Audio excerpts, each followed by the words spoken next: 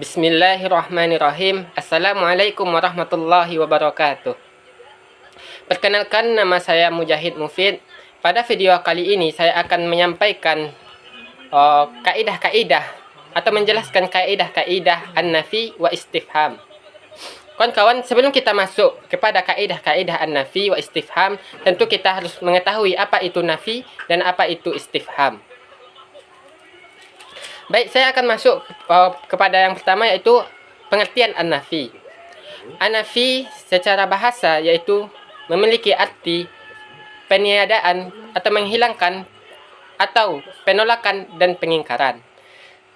Sedangkan secara istilah, an-nafi adalah keterangan atau pernyataan yang menunjukkan bahwa sesuatu perbuatan tidak dilakukan atau bahkan tidak ada perbuatan yang terjadi dari seorang pelaku. Yang kedua adalah pengertian istifham. Istifham secara bahasa memiliki arti pertanyaan, meminta keterangan atau meminta penjelasan. Sedangkan secara istilah, istifham memiliki arti yaitu penggunaan kalimat tanya yang bertujuan untuk memperoleh informasi atau penjelasan atas sesuatu yang belum diketahui sebelumnya. Baik, setelah kita mengetahui apa itu al-nafi dan apa itu al-istifham, langsung saja kita masuk kepada kaidah-kaidah. Yang pertama, saya akan menjelaskan kaidah an-nafi. Kaidah al-nafi yang pertama adalah dalilul istiqra'i fil Qur'ani ala anna Allah Ta'ala idza nafi ala khaliqun syai'an wa asbatahum li nafsihi annahu la yakuna lahu fi dzalika isbati syarikun.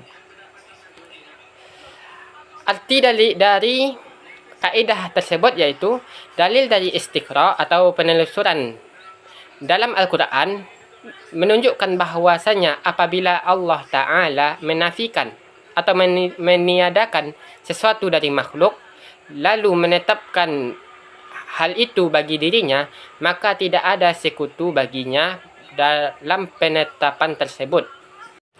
Selanjutnya, kaidah yang kedua. Kaidah kedua berbunyi nafi ami ahsanu min nafi'il khasi wa isbati khasi ahsanu min isbati ami, yang artinya menafikan yang bersifat umum lebih baik daripada menafikan yang bersifat khusus, dan menetapkan yang bersifat khusus lebih baik daripada menetapkan yang sifat umum. Jadi di dalam kaidah ini ada dua makna. Yang pertama adalah penafian yang bersifat umum lebih baik daripada penafian yang bersifat umum khusus. Jika Allah menafikan sesuatu yang dengan bentuk umum, maka penafian itu mencakup kemungkinan tanpa tersisa. Kaidah selanjutnya yaitu nafil adna ablagha min nafil a'la. Artinya menafikan sesuatu yang lebih rendah lebih fasih daripada menafikan sesuatu yang lebih tinggi. Jadi maksud kaidah ini adalah jika sesuatu yang kecil atau ringan saja sudah dinafikan, maka otomatis yang lebih besar dan lebih berat tentu mustahil lagi. Dan dalam bahasa Arab ini disebut untuk peringatan melalui penyebutan yang lebih rendah, yaitu adna, untuk menunjukkan yang lebih tinggi, yaitu a'la. Artinya penafian terhadap yang lebih sepele sudah cukup untuk menunjukkan kesempurnaan, apalagi sesuatu yang lebih besar. Kaidah yang keempat berbunyi al-a'rabu idza ja'at bainal kilamaini bijahdaini kanal kalamu ikhbaru, yang artinya apabila mendatangkan dua penafian, ungkapan penolakan di antara dua kalimat, maka ucapan itu bermakna sebagai pemberitaan atau informasi. Kaidah ini menjelaskan bahwa jika dalam dua kalimat yang berturut-turut terdapat penafian yang bersifat menguatkan, maka struktur kalimat tersebut akan menghasilkan sebuah informasi atau pernyataan tentang ketidakadaan atau ketidakterjadinya suatu perbuatan tersebut. Kaidah yang kelima berbunyi nafyul istita'atu qad yuradu bihi nafyul qudratu wal imkanu wa qad yuradu bihi nafyul imtina'i wa qad yuradu bihi wuku'i bimasyaqqati wa kullafati, yang artinya penafian terhadap kemampuan bisa berarti penafian terhadap kekuatan dan kemungkinan. Bisa juga berarti penafian terhadap ketidakmungkinan, dan juga bisa terjadi dengan kesulitan dan beban. Jenis pertama ini sudah jelas dan tidak perlu penjelasan, karena contohnya akan datang. Adapun yang kedua, yaitu penafian yang ketidakmungkinan, seperti kamu berkata, apakah kamu bisa berbicara denganku? Yang artinya, apakah kamu akan melakukannya meskipun kamu tahu bahwa ia mampu melakukannya. Kaidah selanjutnya berbunyi, kullu amrin qad ulliqa bima la yakunu faqad nafi kaunuhu ala ab'adu wujuhu. Yang artinya, setiap perkara yang digantungkan atau dikaitkan dengan sesuatu yang mustahil terjadi, maka hakikatnya perkara itu telah dinafikan dengan cara penafian yang paling kuat. Cara penafian yang paling kuat atau tegas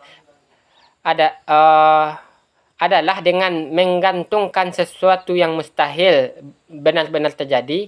Dengan begitu, makna penafian menjadi lebih kuat, lebih jelas, dan tidak menyisakan kemungkinan sedikit pun.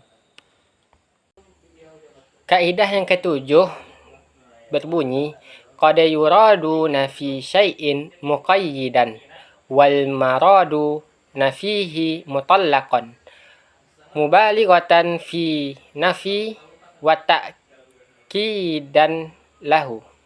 Yang artinya, terkadang penafian terhadap sesuatu perkara datang dalam bentuk terikat atau muqayyad, padahal yang dimaksud adalah penafian secara mutlak sebagai bentuk penegasan dan penguatan dalam penafian. Dalam kebiasaan bahasa Arab, sesuatu yang sebenarnya dinafikan secara mutlak terkadang diungkapkan dengan bentuk penafian yang terkait atau yang terikat pada suatu sifat atau kondisi tertentu. Namun, maksud sesungguhnya bukan menafikan hanya pada kondisi itu saja, melainkan menafikan secara keseluruhan tanpa pengecualian. Kaidah selanjutnya berbunyi, al-nafiyul tafdilu la yastalzimu nafiyul musawwah. Yang artinya, menafikan keutamaan tidak berarti menafikan kesetaraan. Jadi, penafian terhadap lebih baik atau lebih utama tidak berarti tidak ada yang setara atau sama. Artinya, jika dikatakan seseorang itu lebih baik atau lebih utama, itu tidak otomatis menunjukkan bahwasanya ia lebih rendah, melainkan bisa saja ada yang sama derajatnya. Kaidah berikutnya berbunyi, nafyul janahi la yadullu ala azimati wala yalzamu min nafihi nafi au lawiyati maqabalati. Artinya, penafian al-junnah, dosa atau larangan, tidak menunjukkan kewajiban, azimah atau fardu, dan tidak pula berarti bahwa meninggalkan perbuatan tersebut lebih utama.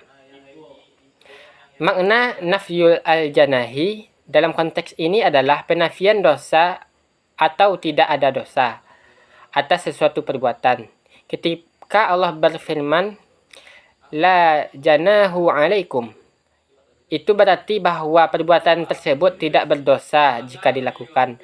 Namun, penafian dosa ini tidak berarti bahwa perbuatan itu bersifat wajib secara khusus.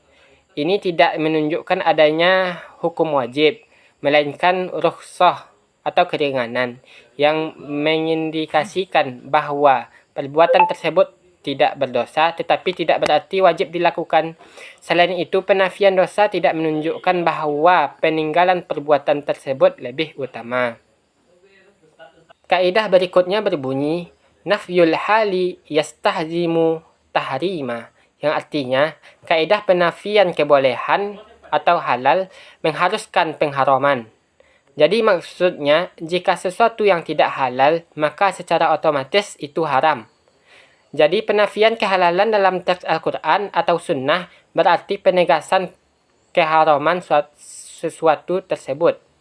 Kaidah berikutnya berbunyi, qad yunfa syai'un fil Qur'ani ra'san wa in kanat suratuhu mawjudatan li'adami kamali wasfihi aw li'intifai samaratihi. Yang artinya, terkadang suatu perkara dinafikan dalam Al-Quran secara total meski bentuk lahiriah tetap ada karena kehilangan kesempurnaan sifatnya atau karena tidak ada faidah atau hasil darinya. Maksudnya adalah bahwa dalam Al-Quran suatu perkara terkadang dinafikan secara total meskipun wujudnya lahiriah tetap ada. Penafian ini bukan karena benda atau perbuatan itu tidak ada sama sekali, melainkan karena hilangnya kesempurnaan sifat atau karena tidak diberikan faedah dan hasil yang semestinya. Dengan kata lain, sesuatu yang tidak mencapai tujuan hakiki maka dianggap sama dengan ketiadaan. Kaidah selanjutnya berbunyi, az-zatu mausufatu qad yakunu nafyan lisifati duna dzati wa qad yakunu nafyan lidzati kadzalik. Yang artinya, penafian terhadap zat yang disifati terkadang merupakan penafian terhadap sifat saja tanpa meniadakan zat, dan terkadang merupakan penafian terhadap zat itu sendiri.